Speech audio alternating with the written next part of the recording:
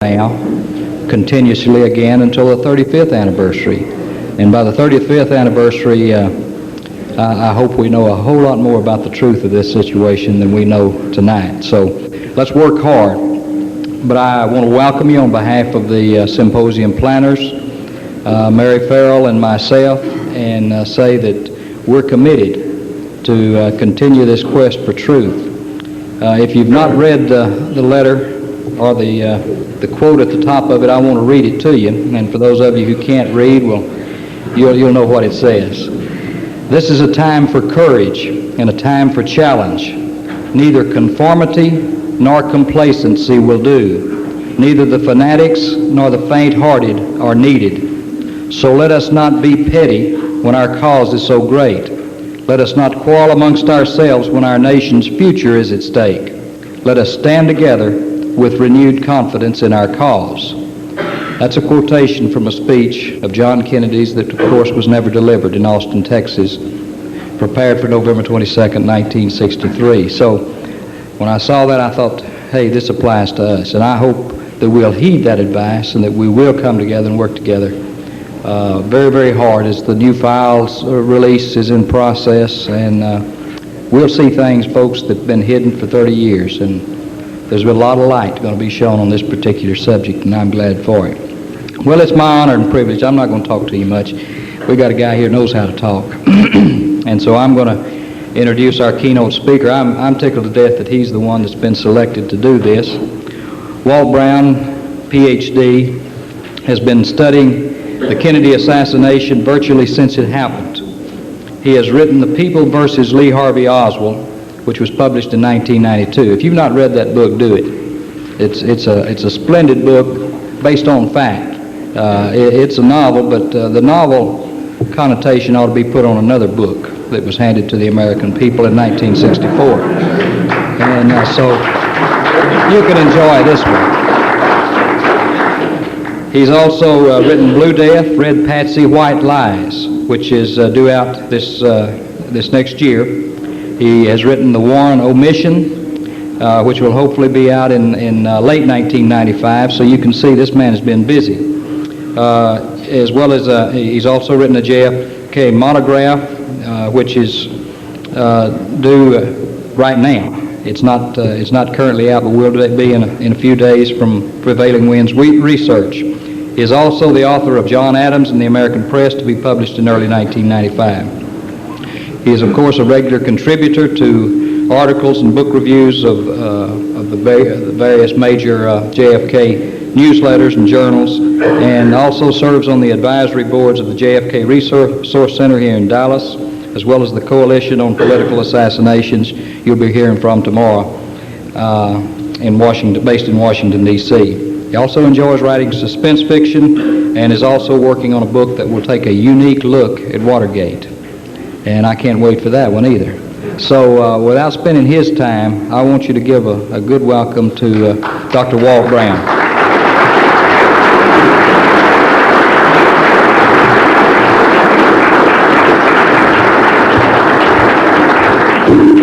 Good evening. Can you hear me okay?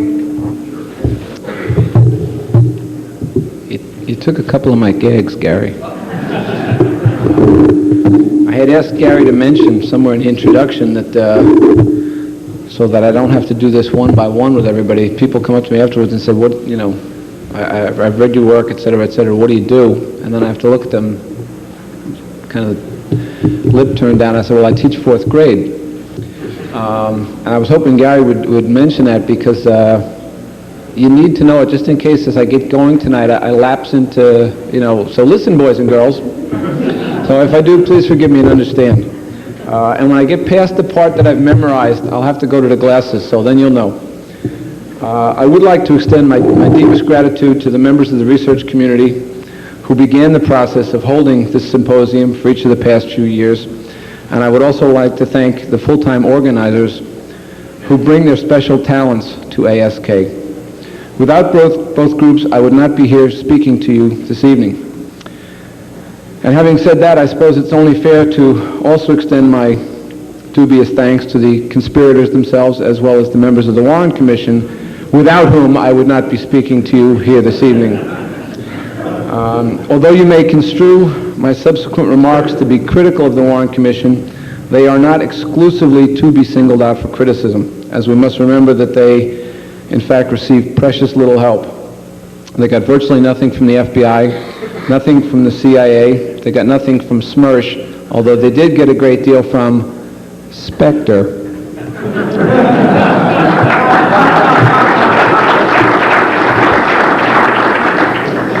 But it is truly an honor to be selected to give this keynote address at this year's conference. And I can go back very easily in my mind to September 15th when I received the invitation at the mail. And I think my first immediate thought was, I can't believe this. Last year they had Norman Mailer, and this year they've got somebody who knows something about the case.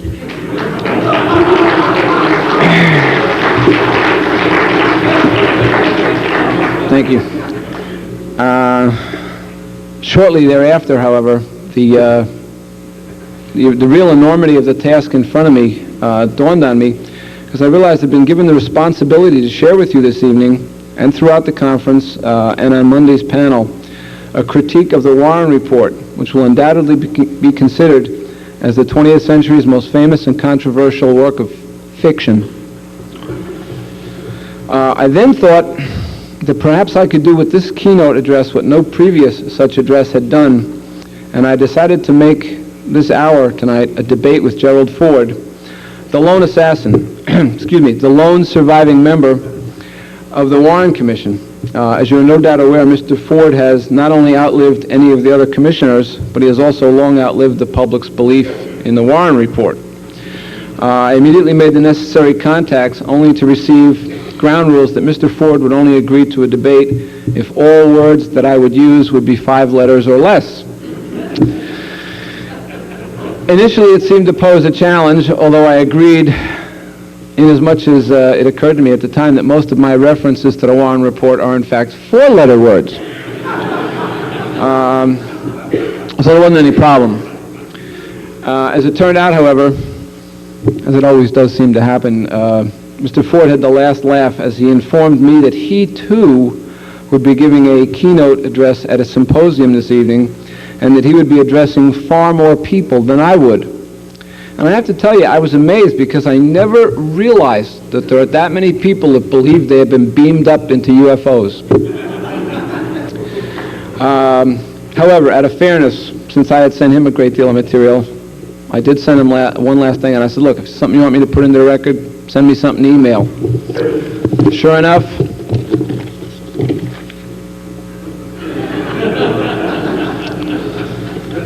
email.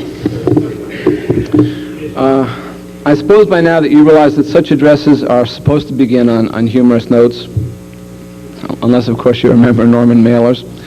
But I don't want you to think that I shall devote the entire evening, nor point the entire symposium totally in the direction of Warren Commission bashing.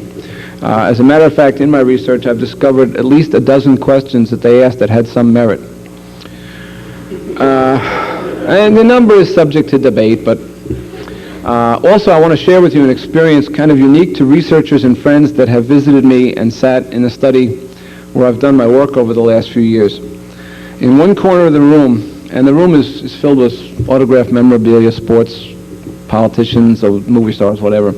But in one corner of the room, there were 3 nicely framed autographed photos kind of by themselves. And knowing me and knowing my work, people that visit me are surprised to see on the wall, of all places, a signed photograph of former President Ford. Right beneath it is a signed photograph of Senator Arlen Specter.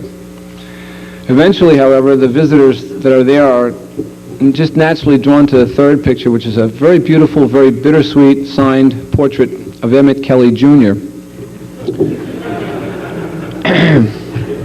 The photo of the clown that I just mentioned, and maybe I should be more specific here as to which clown, the photo of Emmett Kelly Jr. replaced a photograph of Clint Eastwood that had once hung there.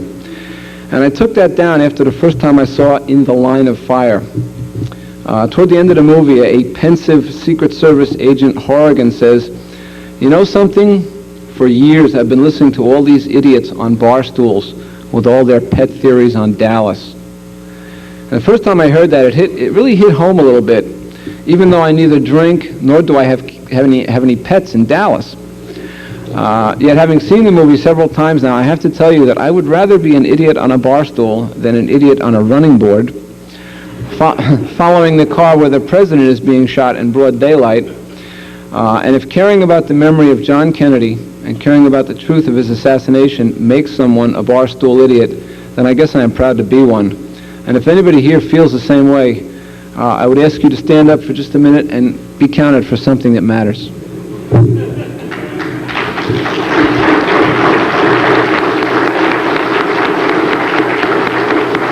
Thank you all. I would like to thank you for that, and I'd also like to add that I personally, on any given day, would rather be a barstool idiot than a senator from Pennsylvania who disgraced himself with Gene Hill, who disgraced himself with Anita Hill, and who regularly disgraces himself on Capitol Hill.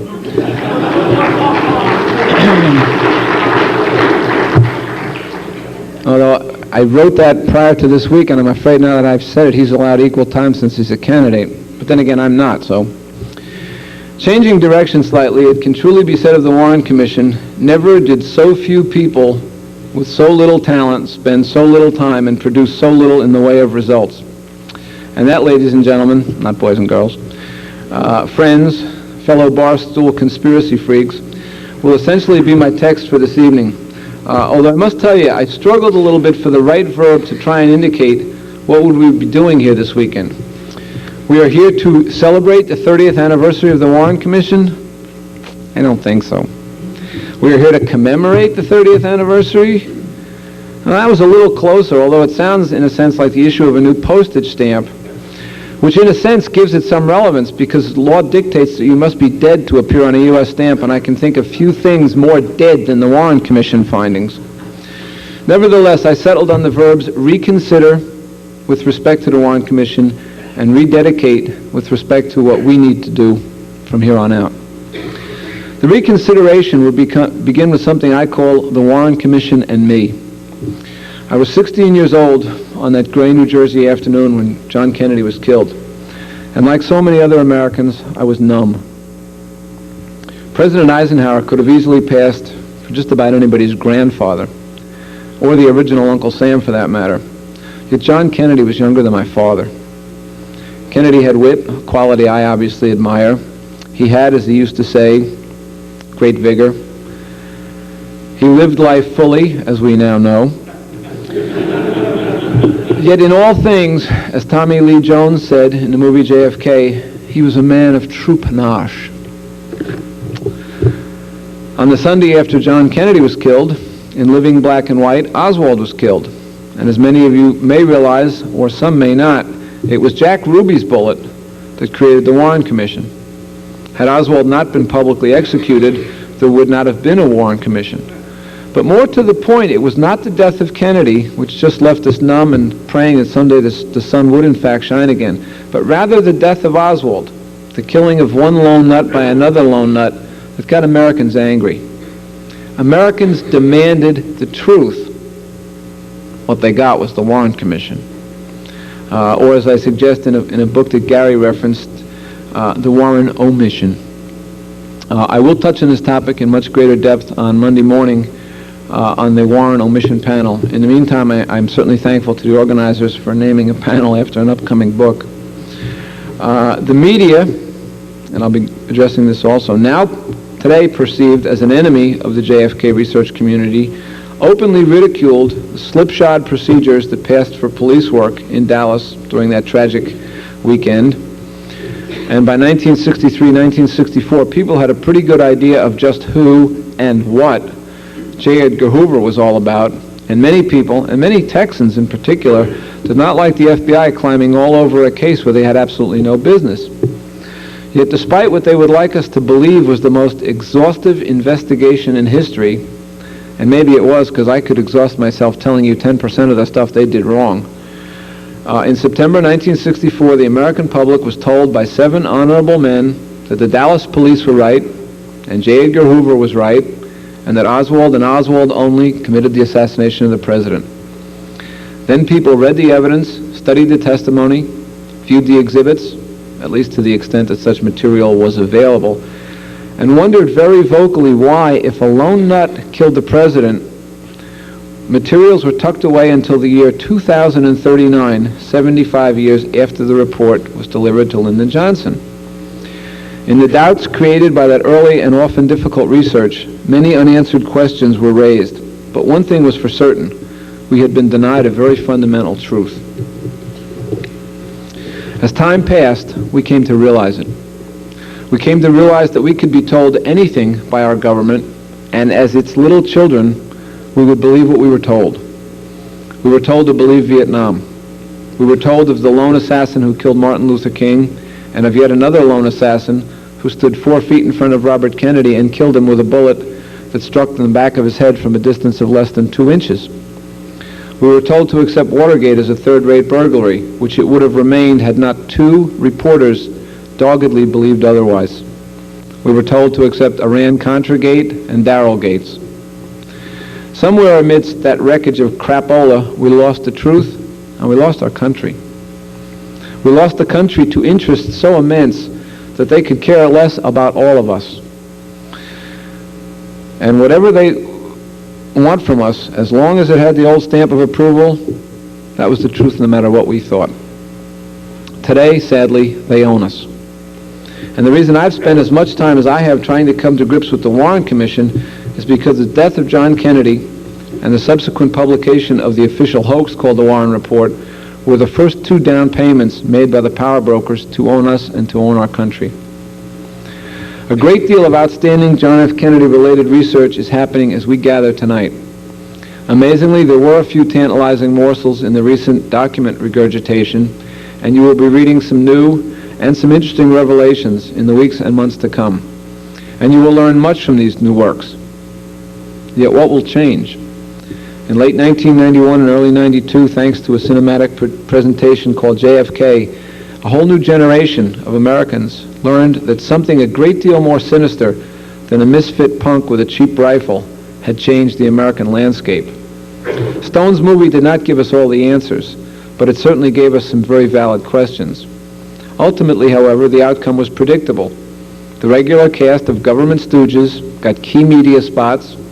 They pointed to a shiny set of 26 books and then told the world, 99.99% of whom have never read one word of those 26 books, that the Warren Report is holy writ. Well, whatever it is, it at least rhymes with writ. I'd also like to add, after seeing JFK on TV this week, that there is probably a great deal of truth in the statement that was made by Kevin Costner when he wondered aloud if Earl Warren read what was in those 26 volumes. On a personal level, I'm curious about how much any of them read, and I doubt we'll ever learn the answer to that either. The Warren Commission and the subsequent report, therefore, to me, are the ultimate bumps in the road. No matter what we do as researchers, and no matter what we find out, John Q. Public out there in Peoria says, but the Warren Commission said. So that's why my task has always been, I start there. If we can clear the decks of that, then we can move on. We're here tonight because we don't believe that obvious drivel. Many others still do because we haven't disproved the basic premise, and the basic premise is still the Warren Commission. In my own way, I've tried to disprove the basic premise. In the People versus Lee Harvey Oswald, I demonstrated, at least to my own satisfaction and to the satisfaction of many, many very fine people, some of whom I notice here tonight, who took the time to write to me, that Oswald could never have been convicted had he gone to trial for the murder of John Kennedy. And I've been asked many times, is there any nagging doubt ever that you were wrong and Oswald did it? And the answer is always the same. There's no doubt he was exactly what he said he was, a patsy. In the Kennedy Assassination Quiz Book, which is the monograph that Gary referred to, published imminently, I tried to create a vehicle where facts, not rumors and speculations, could be presented in an entertaining format. The same is true for the audio cassette that I recorded, which is called Sound Bites from the Warren Commission. And if you've heard one of those hard-headed, if you have or know of one of those hard-headed friends that can't be convinced, treat them to some comedy. Let them hear the absolute absurdities of that investigation presented in a different kind of format. And maybe, just maybe, they'll come around a little bit. And remember, we've got that 1964 bump in the road to get over. In Blue Death, Red Patsy, White Lies, I used the Warren Commission's evidence to prove things happened that they didn't want to tell us about. And in the Warren omission, I honestly believe that I dismantled the Warren Commission. As many of you know, I counted every question they asked. And I categorized the questions into one of 8 levels of relevance, and then pointed out that of the 488 witnesses called, only 177 of those witnesses, 36.27% of the total witnesses, were called to testify about the death of John Kennedy. They were asked a total of 30,530 questions, or 27.77% of the Warren Commission's total, but only 2,065 of those questions, or 1.8% of the Warren Commission's total, were valid questions about the death of John F. Kennedy. In the same study, I noted that of the 3,912 published exhibits, only 79 of them, or roughly 90 pages out of 9,831 pages, were of any real evidentiary value. And you know pretty much what the rest of that junk was. And during the month of September, I completed a Warren Commission time management study which totally destroys every premise heretofore considered regarding the Commission, and I will be sharing those findings with you on Monday morning. The Warren Commission and the Warren Report, the onset of the loss of American innocence. And until we repair that specific damage, it will not be our country, and we will not be allowed to know what the truth is. It is fair at this point to let Clint Eastwood, the Secret Service agent in The Line of Fire, speak again. When he was reminded in the movie that he was penalized a month's salary for some of John Kennedy's indiscretions, he told us that was different. He was different. The whole damn country was different. Yes, Agent Horrigan, things were different then. A great deal of it had to do with that vibrant young man who got into a limousine at Love Field and was carried out of it at Parkland Hospital. Those truths we know. So what truth did the Warren Report tell us? Let me read you some of the things they said, and I'll comment on them as we go along. Quote, President Lyndon B. Johnson, by Executive Order number 11130, dated November 29, 1963, created this commission to investigate the assassination on November 22nd of John Fitzgerald Kennedy, the 35th President of the United States. The President directed the commission to evaluate all the facts and circumstances surrounding the assassination and the subsequent killing of the alleged assassin, and to report its findings and conclusions to him. To him indeed. The very wording of their mandate tells us they already knew who did it, since they were going to investigate, number one, who did it and why Lee Oswald was killed. In a sense, you could say, case closed. If you have any further doubts or suspicions that the investigation did not have a preconceived conclusion, look at the names of the first 3 witnesses they called. Marina Oswald, Marguerite Oswald, Robert Oswald. And it was no accident. And it seems damn strange that they're trying to find out who killed the president, and the first 3 presidents are all related to a stock boy who worked in a warehouse overlooking the motorcade route. It is also very convenient that these people were called before anyone else was called, because as material leaked out, they could have countered the damage. Instead, they were called first. Quote, the U.S. Secret Service, which is responsible for the protection of the President, and the Federal Bureau of Investigation began an investigation at the direction of President Johnson. The Secret Service has no jurisdiction whatsoever in an investigative capacity. They never have. There was an article in the newspaper in northern New Jersey, and I don't know how much it was picked up on the wires, but because of that incident 2 weeks ago with the guy taking target practice in front of the White House, Robert Carswell, quote, 1964 Kennedy source on the Secret Service, has been called in to give us an update on Secret Service efficiency. The bottom line is, when Robert Carswell was called to discuss the 1964 events, he was asked 5 questions by the Warren Commission, and they're basically, state your name, state your occupation, where do you live, how you doing, and is Speaker of the House McCormick under protection right now? Yes, thank you, goodbye. That was it. But the papers, our friends the newspapers, immediately pick up and say, oh yeah, the man that in 1964 helped rebuild the Secret Service from the ground up with 5 questions. And that, by the way, that's the distinction. He was asked the least number of questions. Is now dusted off again, just as somehow the same faces keep appearing in officialdom. Getting back to the report, quote, throughout the world, reports on these events were disseminated in massive detail. Yes, but unfortunately they weren't disseminated in massive detail in the United States. We had to rely on what we were told by Mr. Hoover and later by the Warren Commission. Quote, the Commission is committing all of its reports and working papers to the National Archives where they can be permanently preserved, boy, and they're doing that, under the rules and regulations of the National Archives and applicable federal law. Marginal note, the papers are protected under federal law, although John Kennedy was not. Of note, since the assassination, it has become a federal crime to assassinate the president, so there will never again be the problem of local folks investigating a case where they might just get to the truth. Quote, after considering the facilities and security problems of several buildings, the Trade Mart was chosen as the luncheon site. Given this selection, and in accordance with the customary practice of affording the greatest number of people an opportunity to see the president, the motorcade route selected was a natural one. Marginal comment, although it violated every imaginable Secret Service rule.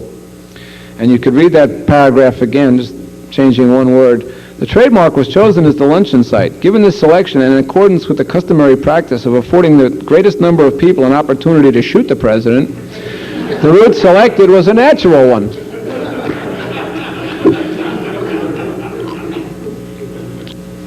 Somehow this isn't as good without the olive.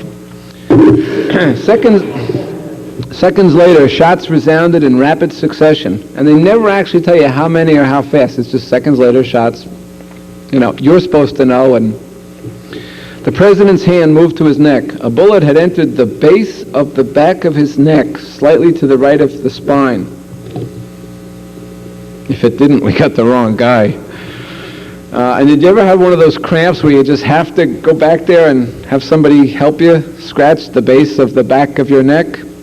Hey, you scratch the base of the back of your neck, and I'll,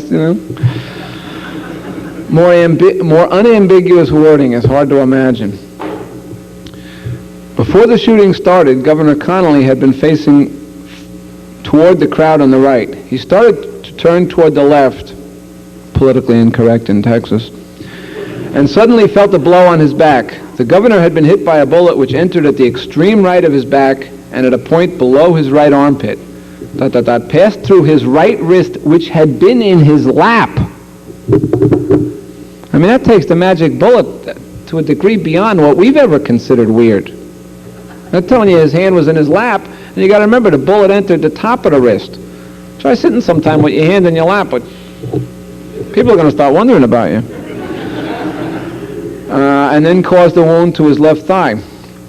That must have been a heck of an angle. And number two, it overlooks a key bit of John Connolly testimony that we, for the most part, overlook. Most of us sit back and say, hey, wait a minute, you got to remember, John Connolly came forward and said, but I know I was hit by another bullet. Well, the Warren Commission said he was wrong. But the more important thing that he said was, he said, I heard what I immediately took to be a gunshot. I knew this was an assassination attempt. I have to be visual for this. I immediately turned to my right to see the president, but in turning to my right, I could not see him, so as I was turning back left to see him, I felt the shot. Now, what does that tell us? If you look at failure analysis, failure is a word I love to use in respect to Posner, but if you look at failure analysis thing, they've got John Connolly literally sitting on Nellie's lap, so that a bullet can enter Kennedy, 12-degree angle, right to left, enter at the base of the back of his neck, exit here, again going right to left, and then enter Connolly over here. Now if Connolly has the ability or the difficulty in sitting there, turning to his right, and if he can't turn to his right and see the president, and has to turn to his left to see him, then he's right in front of him. How does that bullet go right to left and hit Connolly over here?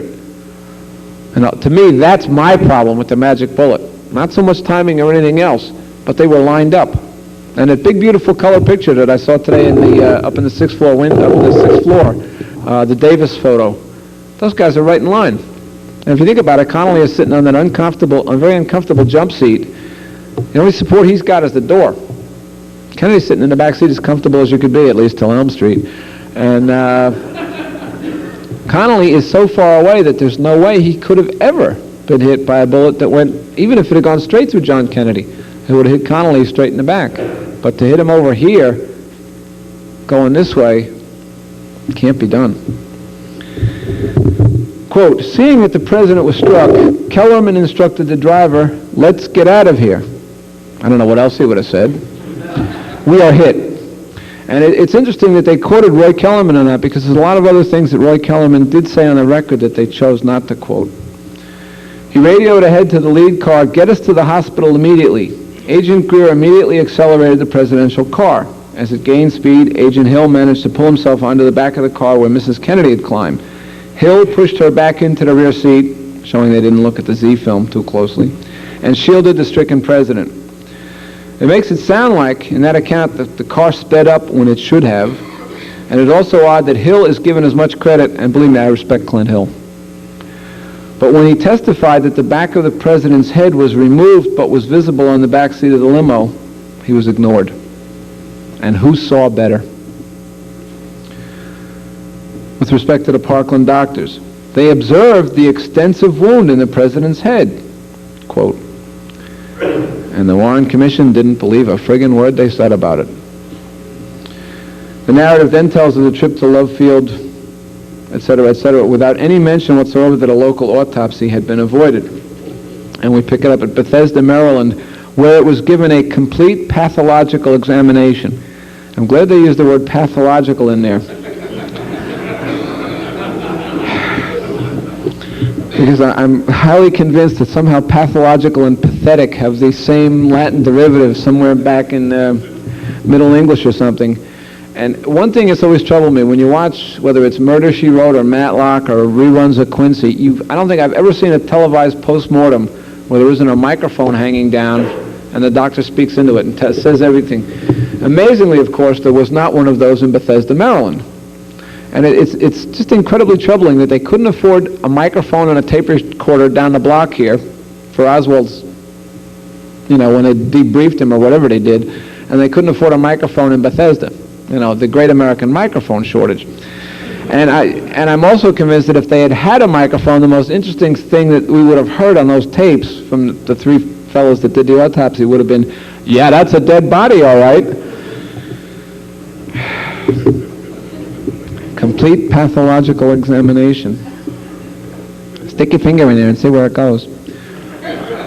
The autopsy disclosed a large head wound. Well, if they'd have missed it, the autopsy disclosed a large head wound observed at Parkland and the wound in the front of the neck, which had been enlarged by the Parkland doctors when they performed the tracheotomy.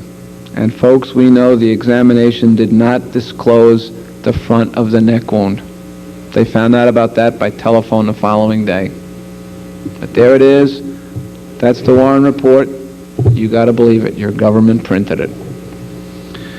In addition, the autopsy revealed a small wound of entry in the rear of the president's skull and another wound of entry near the base of the back of the neck. If we tell you enough times, maybe you'll believe it. Quote, at the scene of the shooting, and I'm so glad that Beverly is here for me to read this. This makes it even better. Quote, at the scene of the shooting, there was evident confusion at the outset concerning the point of origin of the shots. The only confusion as to the origin of the shots is in the Warren report. You can see the pictures, you can see the films, everybody runs to the knoll. One officer, one policeman went to the book depository, and we'll get to him in a minute. Within a few minutes, however, attention centered on the Texas School Book Depository building as the source of the shots. Yeah, with all those fellows running around with the fake credentials saying, the building, of course attention centered on it. One eyewitness, Howard L. Brennan, had been watching the parade from a point on Elm Street directly opposite and facing the building. And this is an absolute fabrication, and they knew it. David Bellin even said to him, "We can't see your legs hanging over here on this frame in the Zapruder film," because Brennan is looking back over his shoulder to see the car. Brennan was looking straight ahead at Houston Street. If you get to Dealey Plaza at any time this week, take somebody with you, stand where Zapruder stood, have your friends sit where Howard Brennan claimed to be, and you'll see the difference immediately. If you've never read his book, Eyewitness to History, that's good fiction too, believe me. When I refer to it, I change the title slightly. I call it Eyewitness to History. The best story in there, he got FBI protection. God knows why. He didn't have anything to say. But one of the FBI agents was an exact double for John Kennedy, and the agent admitted that, yeah, on frequent occasions I used to double for Kennedy. I wonder what the occasions were. Brennan thought, now, this, tongue-in-cheek, but this is serious. You got to listen to the wording of this, because this is the garbage they sold to the American public. Brennan thought he might be able to identify the man since he had noticed him in the window a few minutes before the motorcade made the turn onto Elm Street. In fact, he could not identify him. The implication is suggested, and it is never anywhere denied. There it is. You fill in. You complete the closure there. Oh, he thought he could. But he couldn't and didn't. Now this gets to Marion Baker, who did his job. Baker, having recently returned from a week of deer hunting, was certain the shot came from a high-powered rifle. He looked up and saw pigeons scattering in the air from their perches on the Texas School Book Depository. Now here I have two serious concerns. One was Officer Baker deer hunting amid tall buildings. And number two, were those pigeons on the depository trained only to scatter when the bullet was fired from the building they were perched on? Hey, was that this building or was it from the knoll? Because if it's this building, we got to scatter. If it's the knoll, we can sit here. Of course they're going to scatter. As he reached the front wheel on the driver's side, the man on the sidewalk, it was Tippett reaching the driver's side, the man on the sidewalk drew a revolver and fired several, there again that's that ambiguity, several shots in rapid succession, hitting 4 times and killing him instantly. Now the several shots phrase allows for them to immediately clear up the confusion of that nonsense with this kind of bullet and this kind of cartridge. And it also, in as much as the Warren Commission would later rely on Helen Markham, who admitted to having a conversation with Tippett after he was killed instantly, since the witness can't be wrong, history is rewritten. I love this one. Shortly after 1 p.m., Captain J. Will Fritz, chief of the Homicide and Robbery Bureau of the Dallas Police Department, arrived to take charge of the investigation. Take charge should be used cautiously, as in, after he realized his ship had hit an iceberg, the captain of the Titanic took charge. Lieutenant Day promptly noted that stamped on the rifle itself was the serial number C2766, as well as the markings 1940, Made Italy, and Cal period 6.5. Everybody else in that room, in that 6th floor, must have been stone deaf, as we know that others wrote reports about the gun being a Mauser. And on that point, why, to make our job and our understanding of this a whole lot easier, why didn't the Warren Commission simply get a Mauser, take a picture of it, and publish it, and say, now, you judge. Did they make an honest mistake, or is there more to this? And since they didn't, we can only put a sinister interpretation on it. And I want to share something with you from a newspaper, and this is in newspaper print. The New York Journal American, now defunct, Saturday, November 23rd, assassin named. Marksman, Castro Red, like there are a lot of different kinds of red. What was he going to be, a Castro Claret? It was written by Bob Considine, a noted journalist at the time. And what I want to share with you here is the precision with which this article is written. The 24-year-old ex-Marine marksman who attempted to defect to the Soviet Union in 1959 and was returned to this country with a $435.71 U.S. grant. That's not the president. They knew to the penny how much money he got to come back here. That's precision. Justice of the Peace David Johnston handled the arraignment. Most people, just from habit, say David Johnson. He got it right.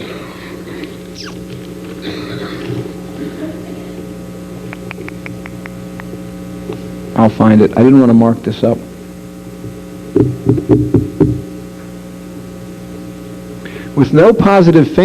While no positive fingerprints were found on the abandoned Mauser, a paraffin test was made on his right cheek and produced evidence from the pores that they had been recently bombarded with recoil smoke. The assassination seemed carefully planned. Mauser rifle with a telescopic sight found in the building's fifth floor stairwell was clean of fingerprints, police said. There's several other references to a Mauser rifle in here. Again, after about 5 hours of questioning, Oswald acknowledged, and this is a burst of revelation, Oswald acknowledged that he was in the school book warehouse at the time a bullet fired from a Mauser rifle equipped with a sharpshooter's telescopic sight plunged through the head of the president as the chief executive and his party moved by at 15 miles per hour. Mauser.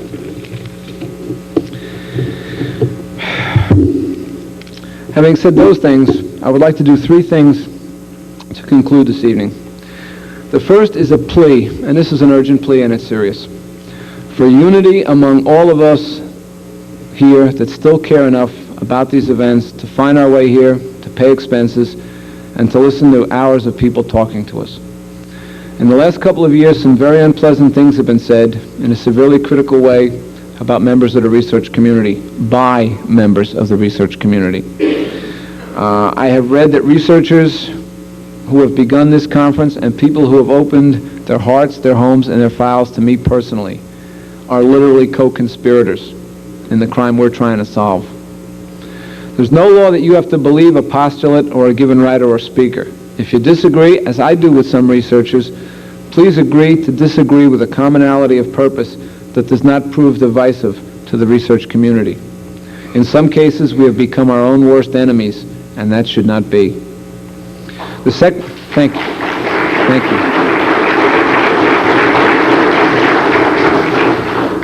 The second request is, in a sense, a corollary of the first. Many of you have read much of what has been printed. Some have read only some. Regardless, you will be seeing much that is new in the future, either in the form of new publications or old ones that you were unaware of. Please read carefully and critically. Just because you go out and buy something and read it doesn't mean that well, that's a poor example. Everything, that one's okay. But that doesn't mean everyone you buy is going to be just chock full of the gospel. And a loose fact at a symposium, in an article, in a book, with no footnote, no help. Oh, geez, did you know Oswald spent 6 months in Canada before he went to Mexico? No, I mean, this is the Gat assassination. Read critically. Be critical. If it's good, buy 100 of them for your friends. Put them on the bestseller list, because that's the way we're going to get back in notice. And if it's not good, let the world know, hey, this one isn't worth your time. Or buy it and learn from its errors. Take what's good out of it and continue to support the research community.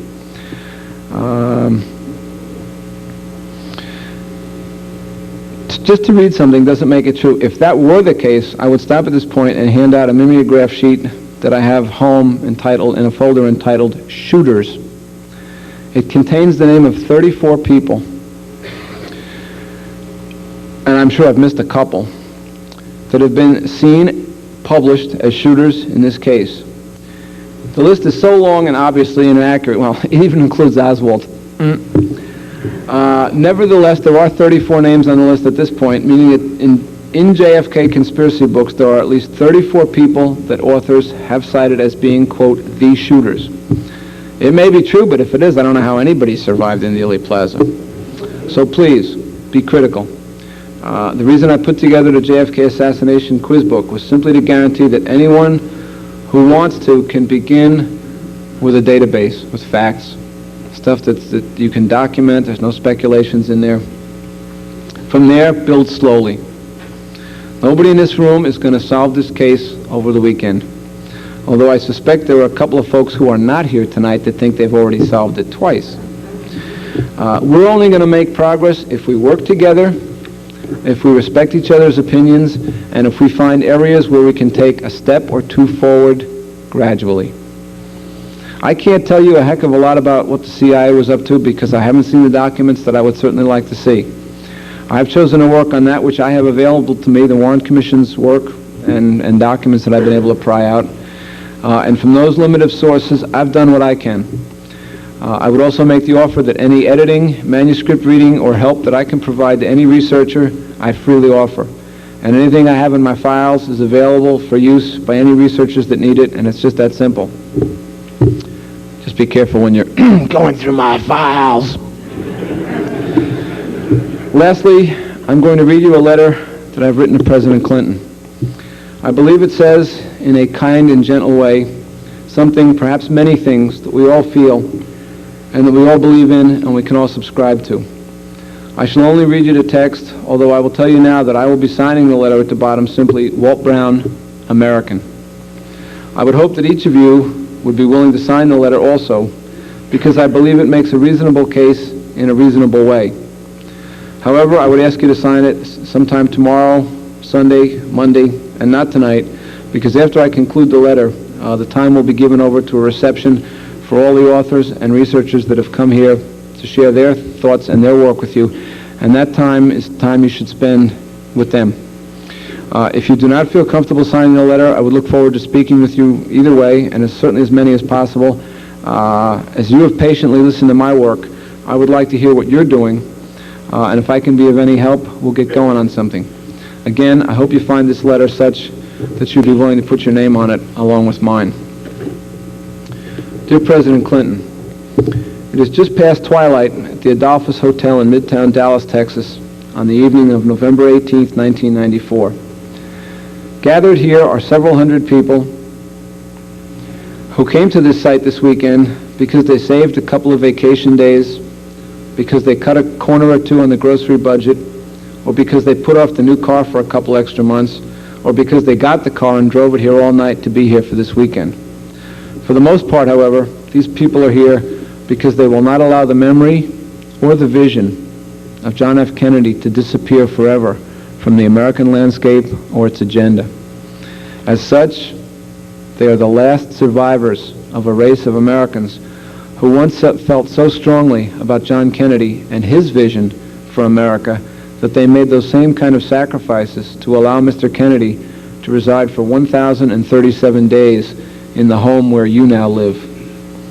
I have been honored to give the keynote address this evening as part of the weekend activities planned by the Assassination Symposium on John F. Kennedy, ASK. I know that my words this evening will bring a tear to the eyes of these wonderful people as they see in their minds images of an America that is now on the distant periphery of our horizon. A young, boyish president laughing while a pony nuzzles him. Preschool children playing hide and seek in the Oval Office. A father and his young son sitting in a beached rowboat. That same young boy's bittersweet farewell salute to his fallen father. Those images and more will be recalled this weekend. Also recalled will be John Kennedy's stirring inaugural rhetoric, which awoke America from years of post-war doldrums, as well as the less idealistic yet highly practical rhetoric employed by the president when he showed his and America's toughness in the face of foreign missiles, arguably the first step in the long process which eventually led to the demise of the evil empire which had targeted those deadly denizens literally in America's backyard. Ultimately, of course, they will focus on the two images frozen forever and in time by the events in Dealey Plaza. The first was the unfinished promise of a new direction for America, a direction that promised a generation of peace, equal civil rights for all, and a decent standard of living for all Americans, which would, by its example, guarantee that American ideals and the American dream would be sought by the world, thereby lessening the need to counter, by force of arms, other ideologies which would pale by comparison. John F. Kennedy's vision for the world was no more and no less than America's promise since its inception. Only John Kennedy intended for the promise to finally become reality. That promise, like its author, died in Dealey Plaza, and that is the final image frozen forever in time and memorialized at symposia such as this gathering at the site of the tragedy. We are reminded of the overflow crowds from Love Field through miles of a motorcade when a violent act robbed America of its best and brightest on an otherwise peaceful, sunny autumn afternoon amidst tens of thousands of well-wishers in a political district that John Kennedy had not won in 1960. The dreamer is gone, but the dream lives on among these people in Dallas this evening, as well as among millions of other Americans throughout our land. But while we cannot restore the dreamer, we dream of the day when we can do that which John Kennedy would have most sought, to find the simple truth. It has been 31 years since John Kennedy's vision for America ended violently in the middle of Elm Street, shortly before a planned luncheon address aimed, among other purposes, at getting out the vote for the following year. Since that agonizing weekend in 1963, many, many Americans have devoted time, energy, and resources in an attempt to come to grips with the reality of November 22nd, 1963. Although there exists a clear consensus on where and when the event occurred, there is in our land a terrible divisiveness about the who and the why, and to a lesser extent, the how. Sadly, some of this divisiveness is born of infrequent attempts at cheap sensationalism, and America is poor for such efforts. But for the most part, the concern stems from the fact that every time this tragedy is investigated, more materials are locked away. This is simply not the American way, and it never was. The Warren Commission went out of business 30 years ago, yet they sequestered some files until the year 2039, when you and I, Mr. Clinton, will be in our early 90s. The House Select Committee on Assassinations, which found a conspiracy of sorts, locked up their working papers until 2028, an improvement over 2039, but not much of one. Mr. President, I know that John Kennedy the man and John Kennedy the vision were of utmost significance in your formative years. I also know that you have visited his gravesite, a place where I have gone to reflect on what is and to reflect on what might have been. In my own mind, I suspect you have had somewhat similar thoughts when you were there. Yet President Kennedy's simple plot and eternal flame are but a part of the landscape which contains them. And both the casual tourist who visits Arlington Cemetery and the admirers of John Kennedy must file past thousands of other graves to visit JFK's. Those graves, too, reflect the purpose I have tried to instill in my words to the people at this symposium in Dallas. For the men and the women in those countless plots gave their lives in far-flung corners of this planet, in nations they may have never studied about in school, just because America had a vision of freedom and decency for all people of the world, just as JFK had a vision for all, for the elderly, for those with his vigor, and most of all for the children, who would hopefully reach John Kennedy's age without having to spend extended periods of time in backyard bomb shelters. Those graves are filled with people who died for American principles that are being denied to the memory of John F. Kennedy. The centerpiece of those thousands of graves. Those plots, that vast expanse of Robert E. Lee's former real estate, are filled with Americans, some unknown, who died for the concepts of truth and justice. 31 years after the passing of John Kennedy, those of us here in Dallas join millions elsewhere in seeking to truly close the case on the death of John F. Kennedy.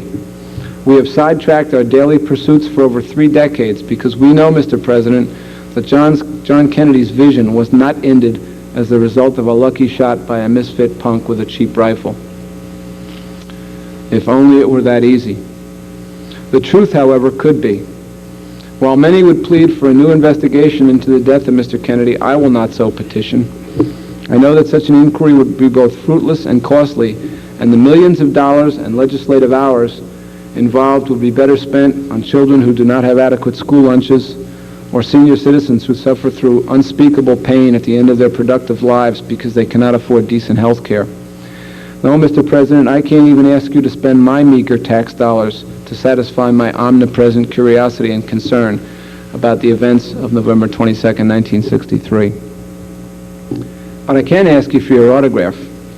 Or rather, I can humbly ask you to pick up a piece of inexpensive stationery and a pen, just as Lincoln wrote a Gettysburg Address draft on an envelope, and sign an order to release all materials from all agencies that bear in any way on the death of John Kennedy. It has been 31 years, Mr. President.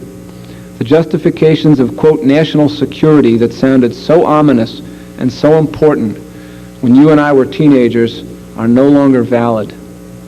It is hard to imagine even one piece of paper that needs to remain hidden for even one more day, given that we are talking about an event that happened before half of the current American population was born. True, there is a review board looking into the review of those materials, but that is, to date, mostly form and not a lot of substance, and time and resources are wasted to no purpose as I speak this evening. Simply order a release of the files. Whatever is behind those mysterious vaults and those stripes of magic mark ink will be the subject of some contention between researchers, but it will be their job to get to the truth, and based on all the facts, I'm convinced they will.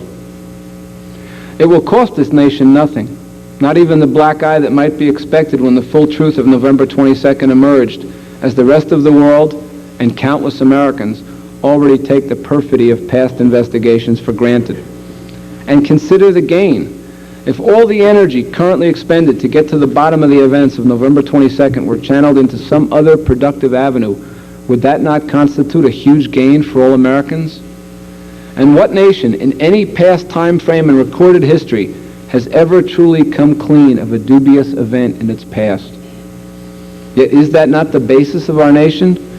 Weren't we created as a nation as the last best hope for mankind? Of course we were. It just takes extreme courage to live up to the promise.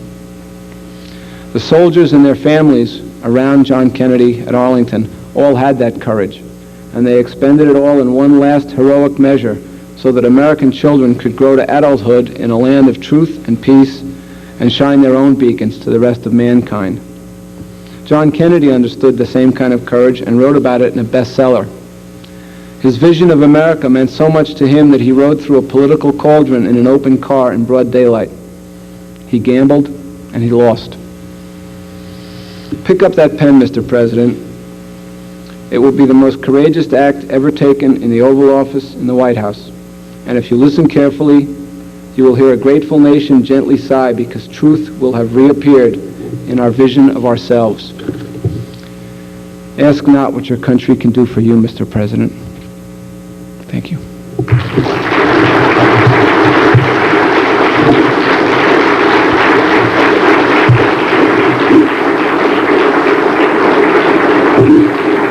Thank you.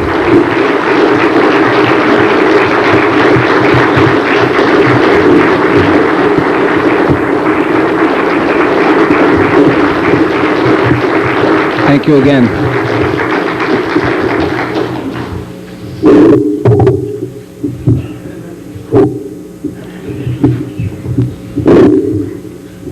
I'll sign that letter, won't you? Yeah, thank you, Walt. Excellent. I hope you've been stirred. I have. Let's have a good time. Let's learn from each other. The reception will be outside here. If I can help you in any way, let's do so, and see you in the morning. We can solve this thing. Thank you.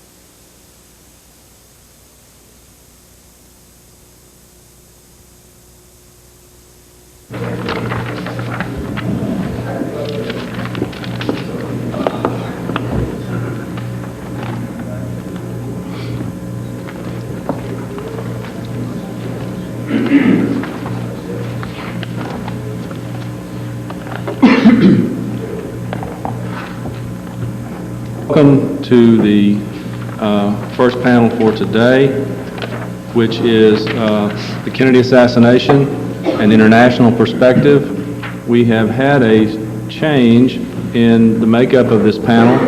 As most of you can see, we do not have, unfortunately, Peter Dale Scott. Peter Dale was regrettably and unavoidably detained. But we do have a very interesting panel for you this morning, and I think we have added some people and some information to this panel which will make it all the more interesting. Our first speaker this morning is Mr. Ian Griggs. Ian was born in England in 1939. He is a recently retired London police officer. He has been interested in the Kennedy assassination since reading Rush to Judgment in 1966. He is a member of Dallas 63, which is a British research group. He also serves on the advisory board of the JFK Resource Group here in Dallas. This is his second symposium and his fourth visit to Dallas. He just completed a book on the on the news of the Kennedy and Oswald murder. On the way that the news of the Kennedy and Oswald murders reached Britain. He has written numerous articles on the case and has been published on both sides of the Atlantic. Mr. Ian Griggs.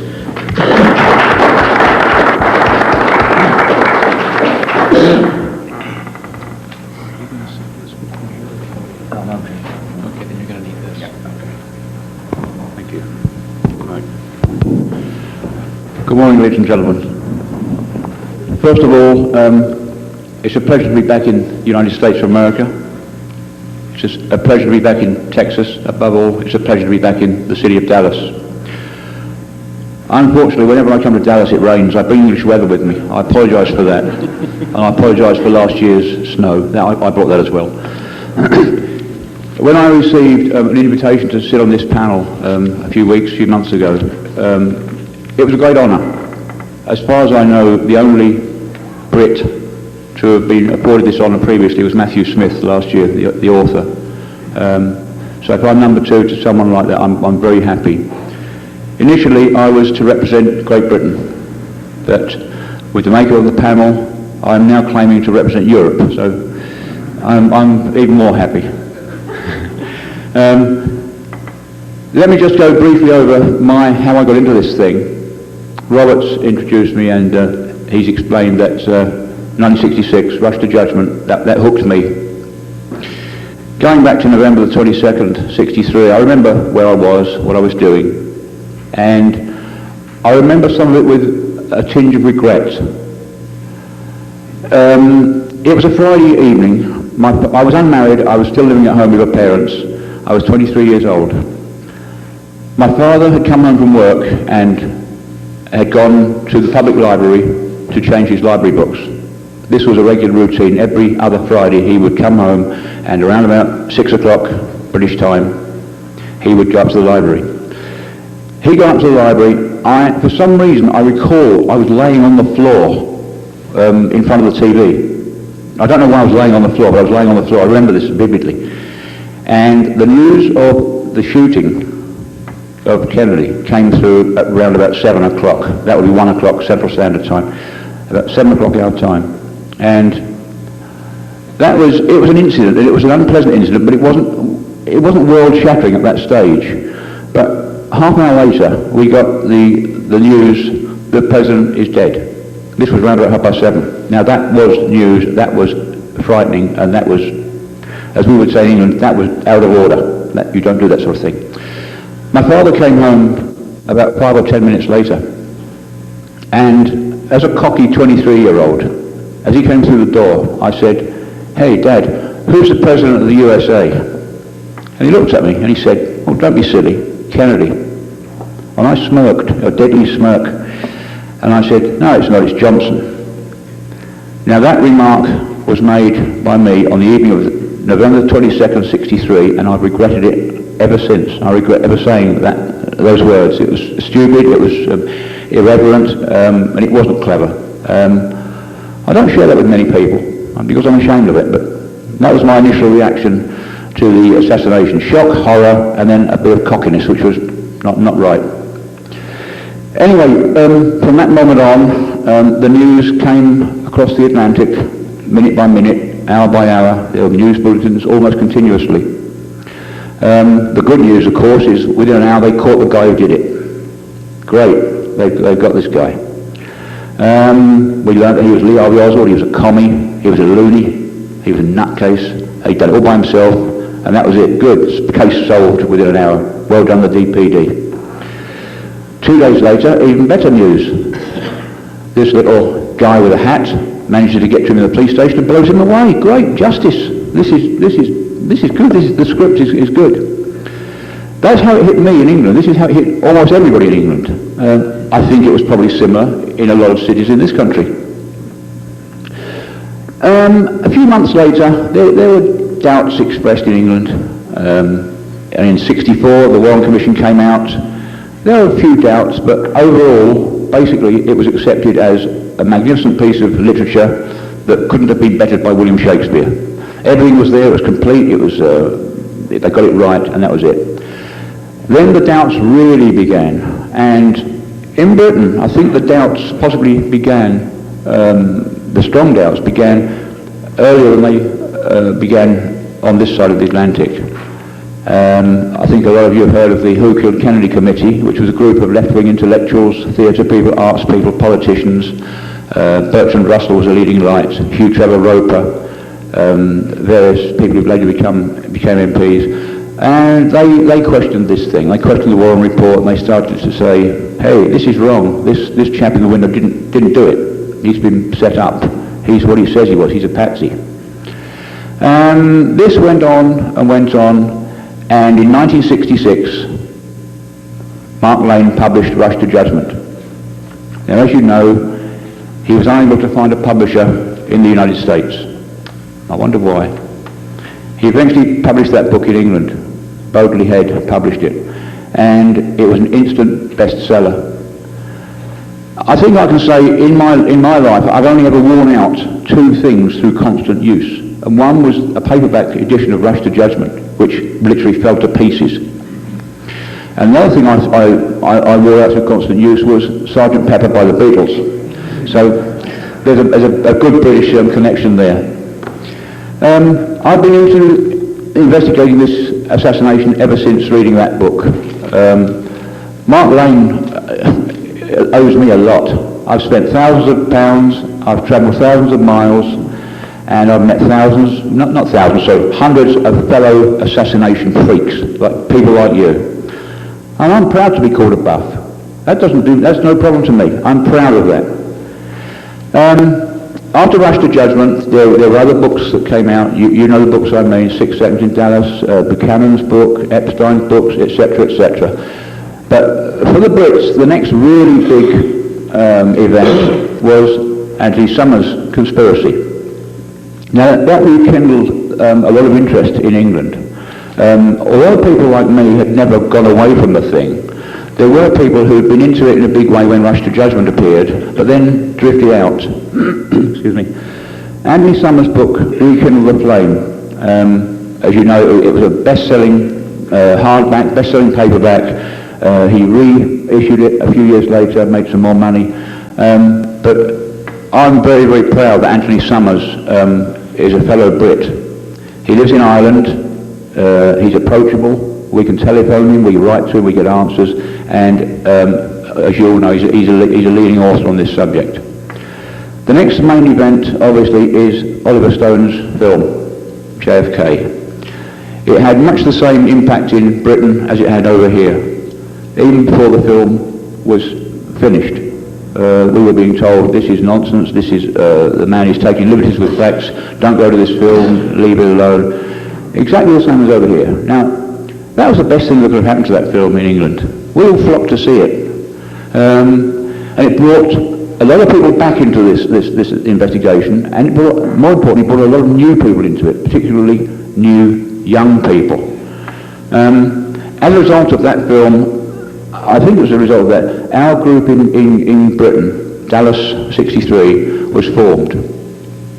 Now, we'd never had a research group in GB before, and the group began basically just by 4 young men in Liverpool, back to Beetleland, 4 young men in Liverpool sitting around a table one night with a few bottles of beer and talking about the assassination.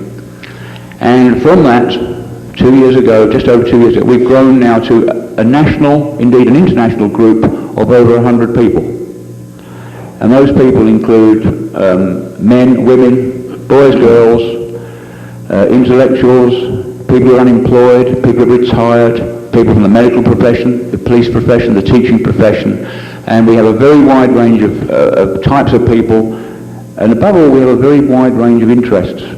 I have certain interest in the case above others, and other people have their own specialities. We have regular meetings in Liverpool every month, which are attended by up to 30 or 40 people. I have now begun to run meetings in the London area every 2 months, and we invite guest speakers. We've had Matthew Smith. We're hoping for Tony Summers to appear and speak to us. Most of our speakers are from our own ranks. We have 1 or 2 very, very thorough researchers and authors. Well, I hope we've got more than 1 or 2. I hope we've got several. Several of us, including myself, have been honoured by having our work published in this country. There have been articles in Dateline Dallas, articles in Fourth Decade, and we're proud to contribute to this, to the writing that's being produced on the subject. What's pleased us more than anything is the fact that we've been accepted. We've been accepted by you. It's an honour to us that we're not looked upon as a bunch of ignorant upstarts from across the pond who are delving into something that doesn't concern us. This does concern us. He was your president. I can't claim he was my president, much as I'd like to. He was your president, but he was a man of the world. And every citizen in the world, on both sides of what was then the Iron Curtain, were affected when those shots were fired in this city in '63. As I say, our group has grown to 100 people. Last year, for the 30th anniversary here, I think there were about 12, maybe more Brits here. This year, unfortunately, due to the distance to be travelled, the finances, I think there are only about 6 or 8 of us. You've no doubt seen us. We're flying around, floating around. We're asking questions. We're showing off our British accents, and we welcome you coming to talk to us. But please stop calling us all Australians. I mean, I keep telling you, we don't have accents. You're the people with the accents. We don't have accents. As Robert said in the intro, this is my 4th visit to Dallas. I retired from a 22-year police career in May of this year, and since May of this year, this is my 4th trip to the States. Now, I can't make too many more. I'm running out of money, but it's a pleasure to be here. It's a pleasure to be in Dallas. It's a pleasure to meet new people. It's a pleasure to say hello to the old people. I'm a member of the advisory board on the JFK Resource Group. I was very, very close to Larry Howard. I'm very pleased to see Darryl in the audience today. Thanks, Darryl. I was mixed up with the trip to Kansas City last month, which was an honour for me. And it was an honour to share a panel such as this with people like Marina Oswald and Beverly Oliver, and Ed Hoffman, Craig Roberts and Jack White. And when I sat on that panel, that's the first time I've ever sat on a panel. This is the second. And when I sat on that panel, I knew I'd arrived and I had been accepted and people knew me and respected me, and that was a tremendous kick for me. Kansas City was an eye-opener for me. I sat here, I fielded questions, answered questions, and I was amazed at the depth of knowledge that some of those kids had in Kansas City. We were aiming at high school kids, and perhaps the attendances weren't as great as we'd anticipated and hoped for, but the people who came were knowledgeable, they were inquisitive, they were intelligent, and most of them were under 20 years old. Now that's the way this thing has got to go. We've got to bring the youth of the country into this investigation so that when we are gone, there's another generation to follow on and maybe solve this thing. Even better than that would be if we can solve the thing before that, and it's not necessary for a third, or fourth, fifth generation of researchers to be born. But That's perhaps wishful thinking. Let me just go through one or two other little pieces of personal experience. I was very lucky last year in that I acquired the 26 volumes. There are very few sets on the other side of the pond. They're in libraries, they're in museums, there are very, very few in private hands. I was able to purchase a set last year thanks to people at the old AIC, Larry Howard, etc. And when I came over in November, there they were. They're my set of 26 volumes. Cost me an arm and a leg, but there they were mine. Problem, get them across the pond. I'm sure there are people in this audience who've got those 26 volumes at home. They weigh 55 pounds. That's half a hundredweight. And I took those books on the aircraft as hand luggage, as carry-on luggage. I already had 2 suitcases full of the products of the last Hurrah bookshop. So I bought a golf bag, and I put these 26 volumes in this golf bag, and I walked on the plane like this. That was step 1. That was negotiated. Then came step 2. You're supposed to put your luggage either under the seat in front of you, into the bag like this, or in the overhead locker. And I found some poor unsuspecting guy. Could you give me a hand with my bag? Sure. I think it was the only American Airlines flight last year when 2 passengers got hernias on the flight. I got the books back. I made it known through the members of our research group that I had them, and my phone has not stopped ringing. I get telephone calls almost every day, and I welcome them, and it's very, very encouraging that the people in Britain are researching, and they're researching deeply enough to need references from the 26 volumes. And all I need is a volume number and a page number or a subject, and I'll either ring them back or I photocopy pages. And this is perhaps an illustration that research is continuing over there in this way. I can personally vouch for it. This is a very tenuous British connection here I'm going to tell you about. This goes back to last year, and Larry Howard. Larry had been showing me the Mannlicher Cockaigne rifle that he had in the AIC. I don't know why, as far as I'm concerned, there was no Mannlicher Cockaigne rifle involved in this assassination, but there we are. I'd become quite happy handling the weapon, playing around with it, and best of all, Larry trusted me with it.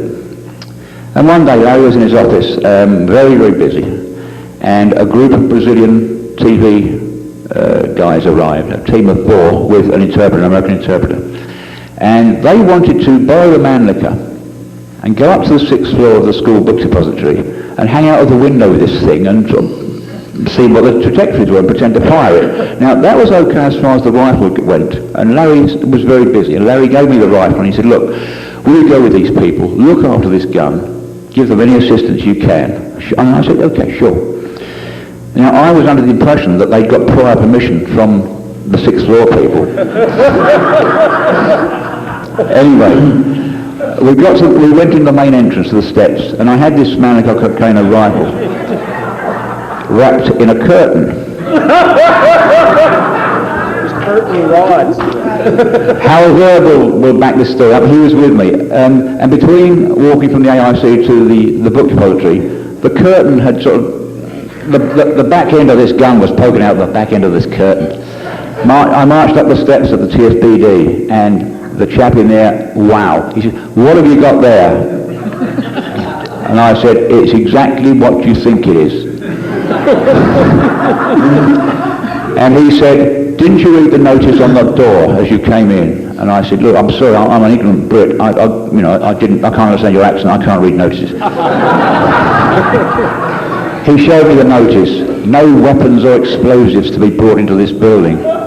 I thought, gosh, that should have been here 30 years ago. Anyway, my Brazilian companions said, look, we'll try and make arrangements with the people upstairs, but we can't bring the gun in, we'll try and do something. So I then said, okay, I'm going to the coffee shop across the road. So I take my Mannlicher out of the book depository and go into the Daltex building. I believe that the only other person who's done this is a fellow Brit called Gary Oldman. during the making of JFK movie when he played Oswald. And this is a story I tell whenever I speak in England. It always brings a chuckle, because although this is a serious subject, indeed a deadly serious subject, we've got to look at a light side occasionally. Even in the darkest and blackest Shakespearean tragedy, there is always a spell where there's a little bit of humour. And this is my little contribution. Have I got very much longer, Robert, or are you going to kick me off? About 10 minutes. Give me another few minutes. Right. As a result of my frequent visits to America, to the States, I've drawn the attention of one or two people. Why is it that nobody can send me a parcel from America to England without it mysteriously bursting open and then being resealed before I get it? Why is that? Why do you need to put return addresses on envelopes? I wrote to a researcher 2 months ago, and unbeknown to me, he'd moved. He had his address on the front, my address on the back, a sealed letter. Somewhere, someone, now I don't know if it was the US Postal Services or the British Postal Services, someone somewhere couldn't see this return address on the back and had to open it up. Now I don't know whether they're opening my mail or opening his mail, but why is this? Anyone tell me? Burt Lancaster has recently died, film actor. My favourite Burt Lancaster film was Executive Action. You all know the film, you all know the content. Why is that video banned in my country? Why can I not go into a video store and get Executive Action? Anyone got any ideas? It kills me. I love the film. I bought a copy over here. I play it at home, and every time I play that video, I think this is close to what happened. The thing was made years ago. It was the last film that Robert Ryan ever made, so it's an important film to the film people. It now becomes one of the late Burt Lancaster's films, but it's not mentioned in any of his obituaries. The man made 70 films. Maybe it wasn't one of his major films, but I can't find an obituary to Burt Lancaster where that film is even mentioned. I understand from people I've spoken to here this week that Burt Lancaster would not take part in a film unless he believed in it and believed in its content and its object. But he performed in that film. In fact, he played the lead in that film. Things like this worry me. Things like this worry people across the Atlantic. The question I'm asked, I've been asked it again this week, is why are you interested in the Kennedy assassination? Why is there such interest in Europe? And my answer is, it's a remark that I heard from Americans last year, and I heard Americans say, it happened in 1963, we're frightened it could happen in 1993. I can understand that. And I can twist that around slightly to my point of view, and I can say, it happened in Dallas, could it happen in London? Ladies and gentlemen, thank you for being a good audience. Thank you very much indeed.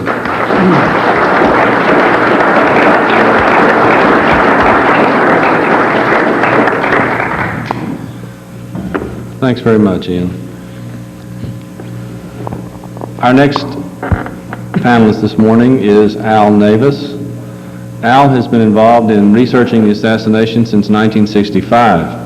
He has appeared on hundreds of radio and television programs over the past 25 years. His articles on the case have been published in various magazines, including Maclean's, Star Week, Video Mon Amour, and the Toronto Star, which is Canada's largest circulation newspaper. At present, he owns Allmark and Company Booksellers, a mail-order book service in Thornhill, Ontario, which is a suburb of Toronto. Mr. Navis. Thank you, Robert. I'm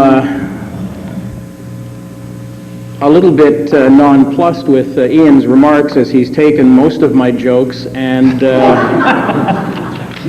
oh well. I don't believe that. Oh well. I'm basically entitling this "How a Canadian Assassination Researcher Became a Bookseller," or vice versa. I was almost 12 on the day that Kennedy was assassinated, and like most Americans, and indeed most citizens of the world, was shocked, horrified, and indelibly imprinted by the shooting. On Sunday, the 24th of November, 1963, again, like most Americans, I was sitting transfixed in front of our brand new RCA color television, watching, mostly in black and white, the procession of the President's body from the White House to the Capitol Rotunda for public viewing. When ABC cut to Dallas to televise the transfer of Lee Harvey Oswald from the Dallas City Jail to the county jail, I witnessed my first live killing. This oxymoron began for me a journey which has lasted 31 years at last count, and has taken me all over the United States and Canada in search of Excalibur. For when Lee Oswald was shot that Sunday morning 31 years ago, little did Americans realize that far from closing the case with a solid pox on Gerald Posner, it rendered insoluble the crime of the century. As the network began replaying the shooting over that day, I remarked to my brother, then 23 years old, that the guy who shot Oswald looked like Al Capone. My brother thought Oswald got what he deserved, and so did most Americans. A voracious reader, I quickly inhaled anything on the assassination which I could find, newspaper and magazine articles, memorial tributes, even records. Then in February of 1964, when I was in downtown Toronto on a Saturday to buy a record by a group called the Beatles, I passed a bookstore which had a small book on the assassination in their front window. The title was Red Roses from Texas. The publisher was Frederick Miller of London, and the author was a French journalist, Naren E. Gunn, who had the original Les Roses Rouges de Dallas translated into English. It cost $3.25 in Canada because it was a hardcover in the days of when paperbacks were still 35 cents. So I went in and asked them if they'd reserve a copy until next Saturday, which they did. And when I finally bought it and got it home, I devoured it on Sunday afternoon. After all, Saturday night was reserved for Hockey Night in Canada, which is sacred. I telephoned the bookstore after school on Monday and asked that I be notified when any other books on the assassination arrived. 3 months later, in May of 1964, I had a message from the store informing me that they indeed did have a new book on the assassination. It was called by the highly imaginative title, Who Killed Kennedy, by Thomas G. Buchanan, who was an American political correspondent then employed in Paris by the General Organization Company at work at computerizing Paris's accounting records. Buchanan had also covered the trial of Jack Ruby for the French weekly L'Express, who published a series of his articles. When Martin Secker and Warburg, the British publishers, released the book, it caused an immediate sensation for its anti-lone nut conclusions. Il Mattino, the Italian newspaper, reviewed the Italian version of the book and said, quote, "A fascinating book embodying the product of a private investigation conducted in the face of countless obstacles and carried out with the most scrupulous attention and insight," unquote. That review is very typical of how the European press and the European people looked at the killing of John Kennedy. Very few bought the one lone nut who killed the one lone nut who killed Kennedy theory, which was being leaked from the Warren Commission hearings to the major American media. In Europe, political assassination was usually the result of a conspiracy, and most probably an inside job. Soon, more books and a flood of magazine articles and essays began to surface, and many from, as Ian says, across the pond. Buchanan wrote an article, The Rights of Man and Death in Dallas, for the Belgrade Yugoslavia magazine Delo in February 1964. Hungarian Lajos Kodalovsky wrote Thoughts on the Background to the Assassination in May of 1964. Kai Hermann wrote Who Murdered Kennedy in the Hamburg, Germany periodical Die Zeit in July 1964. Danish author Ida Bachmann wrote Who Murdered President Kennedy, a defense of Oswald's identification for the Copenhagen periodical Frit Danmark. Leo Sauvage took time away from writing his own book, L'Affaire Oswald, Réponse au Rapport Warren, published later in the United States as The Oswald Affair, an examination of the contradictions and omissions of the Warren Report, to write an article on Thomas Buchanan called Thomas Buchanan Detective for the Copenhagen, Denmark magazine Perspektiv de Dansken Magazine late in 1964. Savage was also a regular contributor to articles critical of the official findings to the American magazine National Guardian. Well-known and respected German author Hans Haber wrote Half of the Truth, The Murderer Identified, the Murder Unexplained, for the Zurich periodical Weltwoche in late 1964. An unaccredited article in December 1964 Sarajevo, Yugoslavia magazine asked, "Did the police kill Kennedy?" And even Englishmen such as Lord Patrick Devlin wrote in the New Statesman an article in early 1965 titled, "Was Oswald Guilty?" And humorist, author, and actor Malcolm Muggeridge wrote, "A New Kennedy Theory. Oswald was a double agent for the FBI, CIA, and the KGB," for that same magazine. Then came the books. Oswald the Truth by Joachim Josten, a German-born war correspondent and author. Although an American citizen since 1948, Josten nonetheless gave Newsweek readers the benefit of his European background, attitudes, and sensibilities in both his reportage and his books. In the Moscow periodical New Times, an article by Vladimir Berezhikov titled "More Light on the Kennedy Assassination" positively reviewed the Josten book in October of 1966. Josten's most famous book on the case is arguably Oswald, Assassin or Fall Guy, published in 1964 with the dedication to Mark Lane, whose brief for Oswald, published in the December 1963 issue of National Guardian, seemed to be the sole domestic dissent excuse me, against the ever-growing juggernaut of the Warren Commission. It was these foreign authors and columnists, along with a small handful of American dissenters like Mark Lane and Penn Jones Jr., Harold Weisberg, Sylvia Marr, Josiah Tink Thompson, Paris Flamond, and Edward J. Epstein, who captured my interest in beginning my own research into the Kennedy assassination.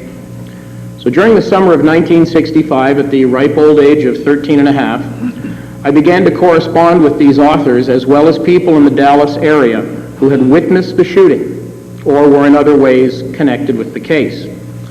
By using the Warren Commission's 26-volume exhibits and testimonies, I was able to track down and interview by mail most, if not all, of the people listed in those volumes. I would go into my father's office on the weekends and, using his secretary's brand new IBM Selectric typewriter, would ask questions of these people. Since he was in the printing business, my father supplied me with both letterhead and envelopes so as not to disclose my less than advanced age. On the whole, these people were more than cooperative with me, probably because I never asked them more than 2 questions per letter, and if they said a subject was closed, then I wouldn't pursue it.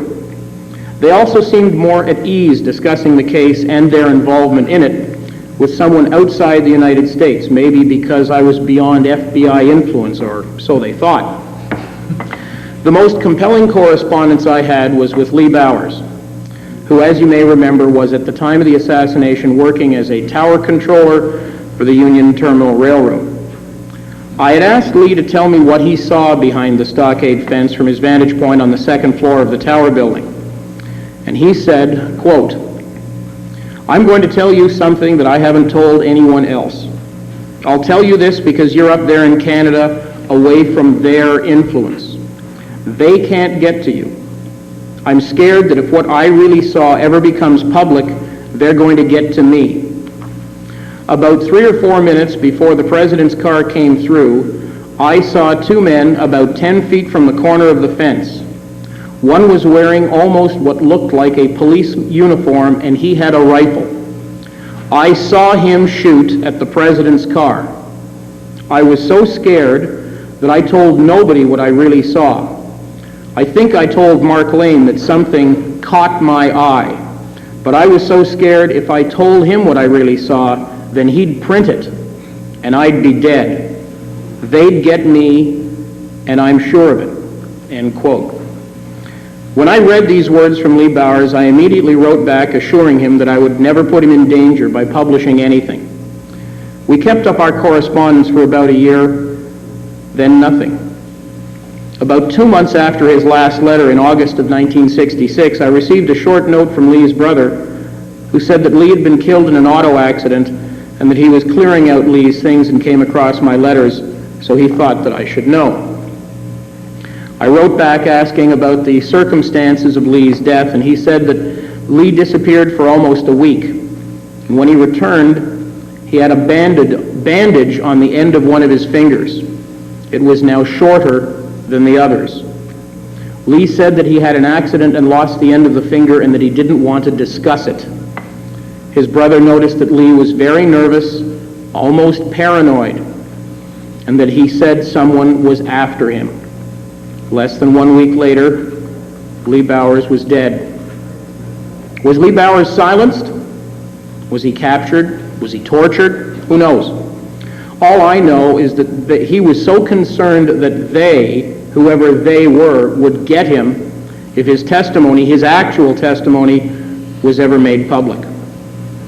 Most of my research took place from 1965 until 1973, and most of it was centered here in Dallas. One thing I noticed when interviewing people who were here in Dallas before the assassination is that there were an inordinate number of $100 bills floating around the Dallas area. Now, in 1963, $100 bills were rather scarce. You have to remember the Chevrolet cost $2,500 in 1963, whereas now it costs $25,000. So how many $1,000 bills do you see? One fellow told me of an occurrence which happened to him before the president's visit. I'll let him tell it in his own words. Quote, "One morning, I can't remember exactly what the date was, but it was around Halloween. I was walking west on Main Street, and I came to the corner of Main and Lamar. I was waiting for the light to change so I could cross the street when a guy comes up to me and says, 'How'd you like to make a quick 100?' I asked him how illegal the thing was he wanted me to do. He said it wasn't illegal at all, but that he couldn't do it himself, so I said, 'All right, what do you want me to do?' So he gave me the address of a restaurant and told me to go there that day at 12:30. In the back left booth would be a woman sitting by herself wearing a red hat. I should go up to her and say, 'My, it sure is warm out today, isn't it?' Then I should go across the street and he would give me $100. Well, I thought, I can sure use the 100 and it doesn't sound too dangerous, so what the hell, I told him okay. So at 12:30, I walk into this restaurant, and sure enough, in the back left booth is this woman wearing a red hat. I go up to her and say the line. She nods. I leave. Across the street, when I come out of the restaurant, is this guy. I go to him, and he gives me a $100 bill. Well, the first thing I do is go to the bank to see if it was good. It was, and I asked the teller to break it into 10s and 20s. End quote. Was this how the committee would communicate down through the ranks so as not to have direct links between levels? That was my guess, and when I mentioned this to Penn Jones in the late 60s, he agreed. Penn Jones called me in 1970 and told me about a book called Farewell America. He said, try and get a copy up there in Canada or in England because they weren't letting the book into the U.S. So I contacted Foyle's Bookshop in London and asked them to search for the book for me. About a month later, I got a note from the store saying they'd found a copy, and I ordered it. When it finally arrived, it took almost 4 days for me to read and reread the book. With all due respect, the prose is even less readable than Harold Weisberg. But the content blew me away. I immediately began to research the book, asking around if other researchers had read it. I even contacted persons inside the Robert Kennedy circle for their take on the book. From 2 different sources within the Robert Kennedy camp, which I still protect to this day, I found out the genesis of Farewell America. It started almost immediately after the assassination of the president when Robert Kennedy asked family friend Daniel Patrick Moynihan to find the answers to 2 questions which were bothering him. First, was Jimmy Hoffa involved in the murder of the president? Second, were the Secret Service paid off? Moynihan very quietly assembled a staff and began a private and discreet investigation to answer Robert Kennedy's questions. In mid-January of 1964 came a confidential report. The answers were no and no. But the report was very critical of the Secret Service's performance. Yet Robert Kennedy was not fully satisfied. He felt that there was more to it than that. Through personal friendships overseas, he was able to silently recruit 2 retired assets from French intelligence. They, in turn, elicited the assistance of a retired British MI6 agent. Together, through long-time intelligence contacts, this privately financed team was able to ferret out information which was off-limits to regular researchers. While other researchers were trying to get in through the front doors of the CIA, the Pentagon, and the FBI, they were using contacts developed over many years of espionage and covert activities against the Soviets. In short, they were able to get in through the back door. When their investigation was completed at the end of 1966, they asked a French journalist named Hervé Lamar to assemble their notes, interviews, and report and put it into a more readable form. This they submitted to Robert Kennedy, and as you can see how Kennedy is transformed from being the senator from New York to a potential presidential candidate. But Kennedy makes a critical and unfortunately fatal error during the California primary. When asked a question by a Berkeley student reporter if, when he is elected, will he open the files, Kennedy replies that only the president can open those files, smiles at the reporter, and tells him that he will be president. By publicly stating his intentions to reopen the investigation into his brother's murder, Robert Kennedy sealed his own fate. The committee, cognizant of the fact of their vulnerability with another Kennedy in the White House, mobilized yet another hit team, this time using the more recently perfected mind control gambit. After Robert Kennedy's assassination on the 5th of June and his death the next day, Hervé Lamar and his group were now without their chief sponsor. They decided to try to get Farewell America published as a book. They approached major New York publishers such as Holt Reinhardt Winston, Random House, Simon & Schuster, and Alfred A. Knopf, among others. No publisher would touch the book. It was far too controversial a subject, and their stance was even more contentious than anything before. There is a line at the back of Farewell America which states, quote, "We challenge the individuals whose names are cited in this book to sue us for libel," end quote. Now imagine for a moment, if you will, you're a corporate lawyer for a publishing company, and you see this citation at the back of a book your firm is considering publishing. I would guess your vote would be no. The same negative responses came from the usually more liberal British publishing firms who had already placed many of the earlier researchers' ideas in front of the people. So Lamar and the group then decided to have the book first released in French. It was an immediate bestseller. It was then translated into Italian and then into German. A similar response came from both countries. With the proceeds from these editions, they had 10,000 copies printed in English. These copies were printed in Belgium, even though the firm they created, Frontiers Publishing, was incorporated in Vaduz, Liechtenstein. To make it more complicated, the legal address of Frontiers was a law firm in Geneva, Switzerland, and the editorial offices were Hervé Lamar's office in Paris, France. Lamar had also created a pseudonym, a nom de plume, as the author of Farewell America, one James Hepburn. The name came from Lamar's abiding love for the actress Audrey Hepburn, and the James came from the French word for I love, which is j'aime. He even created a false biography on the rear flap of the book's dust jacket. 4,000 of these copies were shipped to Manchester, England for distribution throughout Britain, and the other 6,000 copies were sent to Montreal for North American distribution. After about 2,000 of the North American copies had been distributed, the United States government, most probably the FBI, asked my government, the Canadian government, most probably the Ministry of Customs and Immigration, to find a way to capture the shipment to prevent further copies from being sent into the United States. This was accomplished by imposing a retroactive duty on the original shipment from Belgium, and then confiscating the shipment for non-payment of that duty. Nice scam. But what it did accomplish was to staunch the flow of Farewell America into the United States from Canada. In 1985, for reasons still unclear to me, the remaining copies of Farewell America were sold en masse by the Canadian government at auction. My own theory is that every business once a year has to do stock taking, and usually every employee pitches in to help.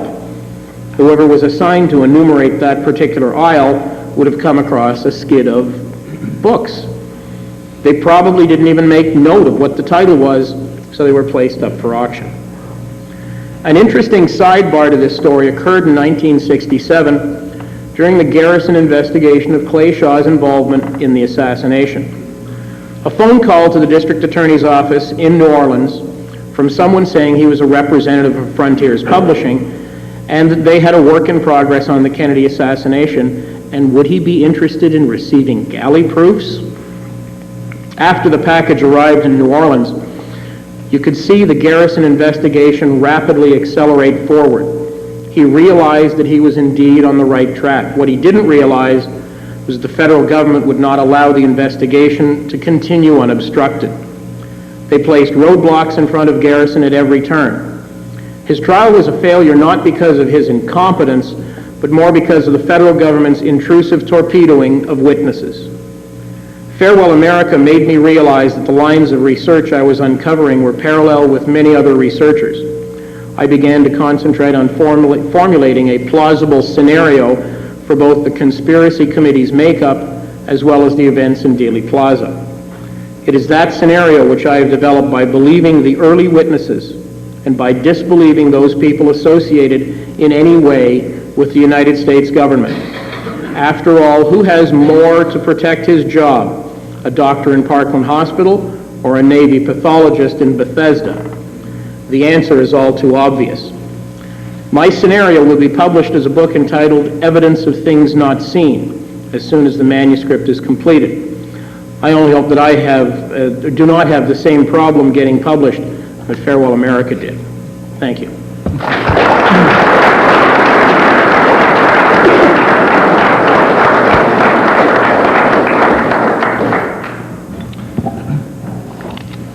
Thanks very much, Al. Our next speaker this morning is Sir Frank Niescore from Nigeria. He is based here in the United States. Frank was the owner of the Golden Egg Restaurant and the People's Restaurant, all of which were here in Texas, and he has been with world politics for the past 20 years. He is now writing a book on politics of the Third World, and he is the founder and president of a nonprofit organization called Christ of Mercy, which has been reaching out to hundreds of homeless and less fortunates in and around the Dallas Metroplex. Frank.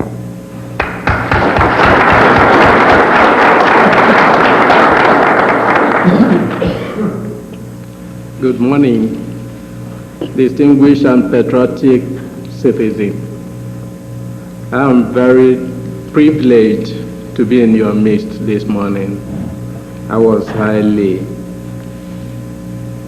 interested when I was asked if I can, have some speak on this matter. This has been almost 31 years. It has been almost 31 years of the incident, but to most of us, it still do as if it was yesterday. I could remember very well where I was and what happened the day I had the news. I was 14 years by then, and my first year in junior high back in Nigeria. When the news came, it was a big shock to the whole nation. Nigeria being only 3 years old then after getting their independence from Britain in 1960. The media wasn't all that strong. And the newspaper we had that time was the West African Pilot, which happens to flash the news. It has a very great impact in Nigerian government then. We shut schools, all schools were closed for one day. We had a lot of Roman Catholic churches had a special mass for him, a requiem mass, in which some of them have a mock coffin covered with American flags. Satan was praying. They had a vigil for him. It gives me pleasure really seeing what has been going on for the past few days here, that some people can travel from all parts of this country to attend this. But I, for one, it gives me a very great hope, because the killing of Kennedy has been a very great impact in most Nigerians, so to say. We heard about one or two of his words that is, every father would like to pass to the child or the son or the daughter. That is where he said, think of what you can do for your country, not what your country can do for you. It has been a very great aspiration for us with that word.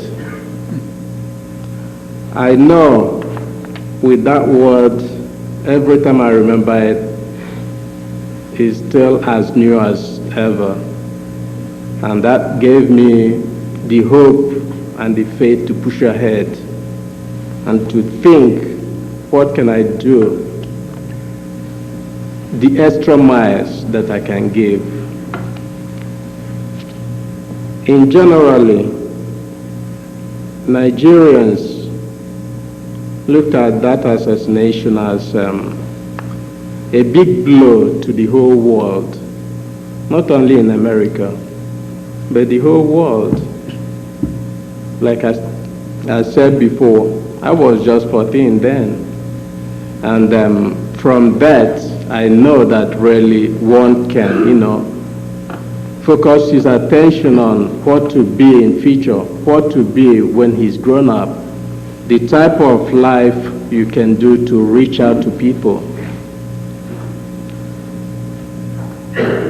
The Kennedy assassination is something that, I can remember in 1967, 4 years after his death, Nigeria happens to get a civil war, which was very bloody.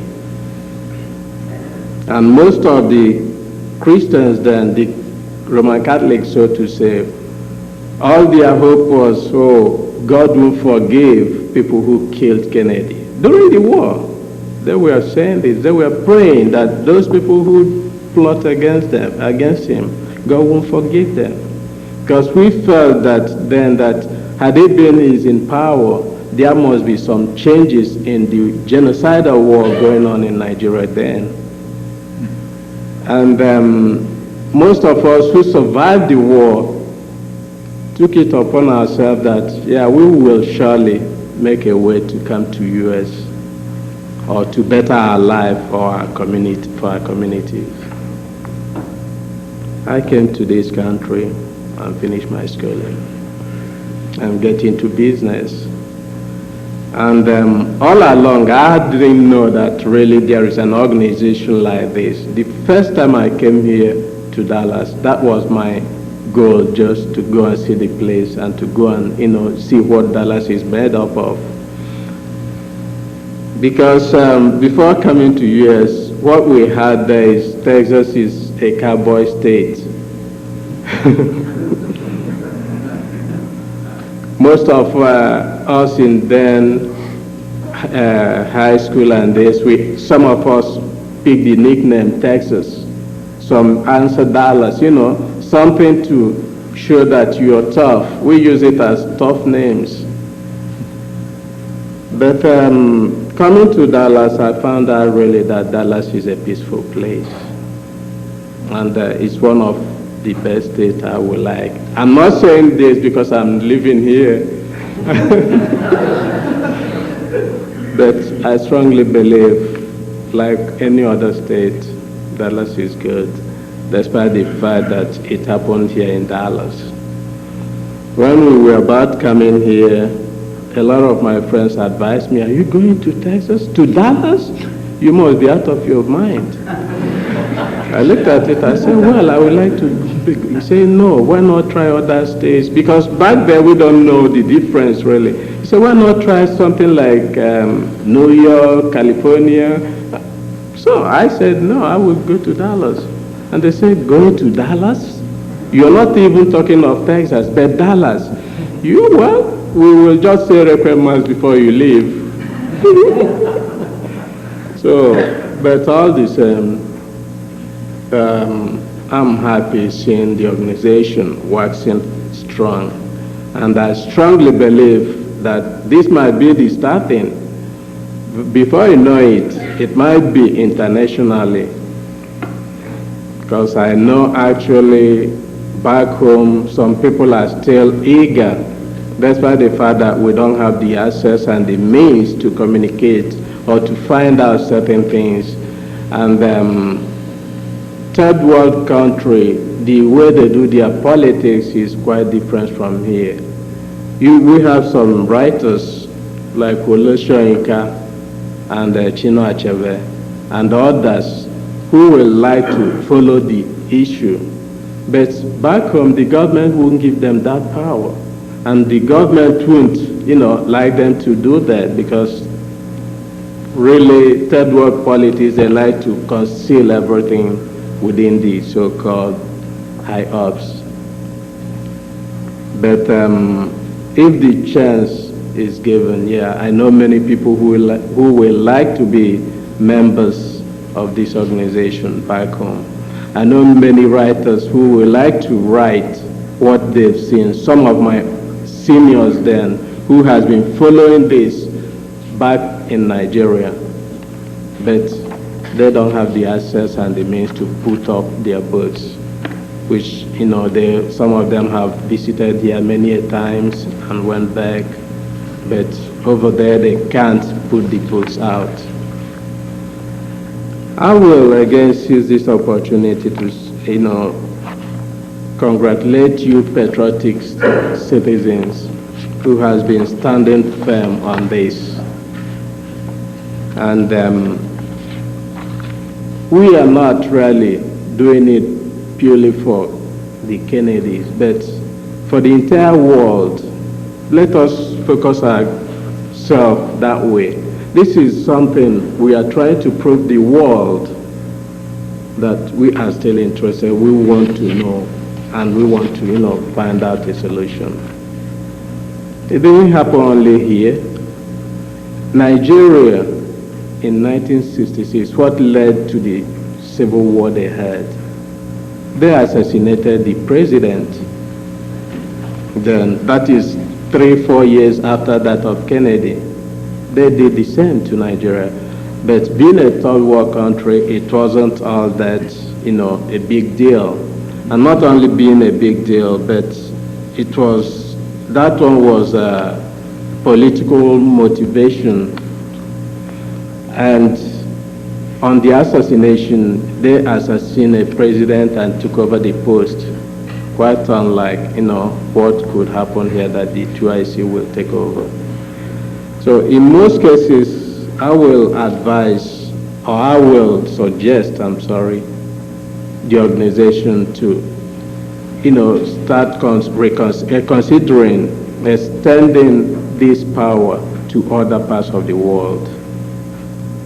We are interested, we need that assistance, we need that help.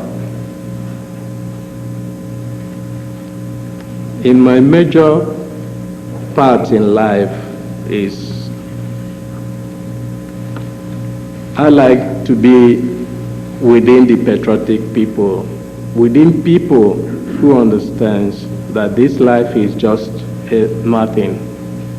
And you are made up of what you are, not what you have. And this has shown me, you distinguished ladies and gentlemen, I'm happy looking to your faces. I don't know how to congratulate you all. May the Almighty God bless you all. Thank you.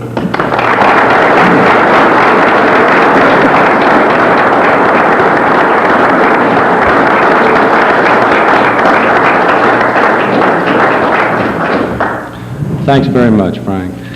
We are going to take a short break right now, 15 minutes until 10:30, at which time we will come back and hear from Mr. John Newman. Do you know if the Nigerian government has any files on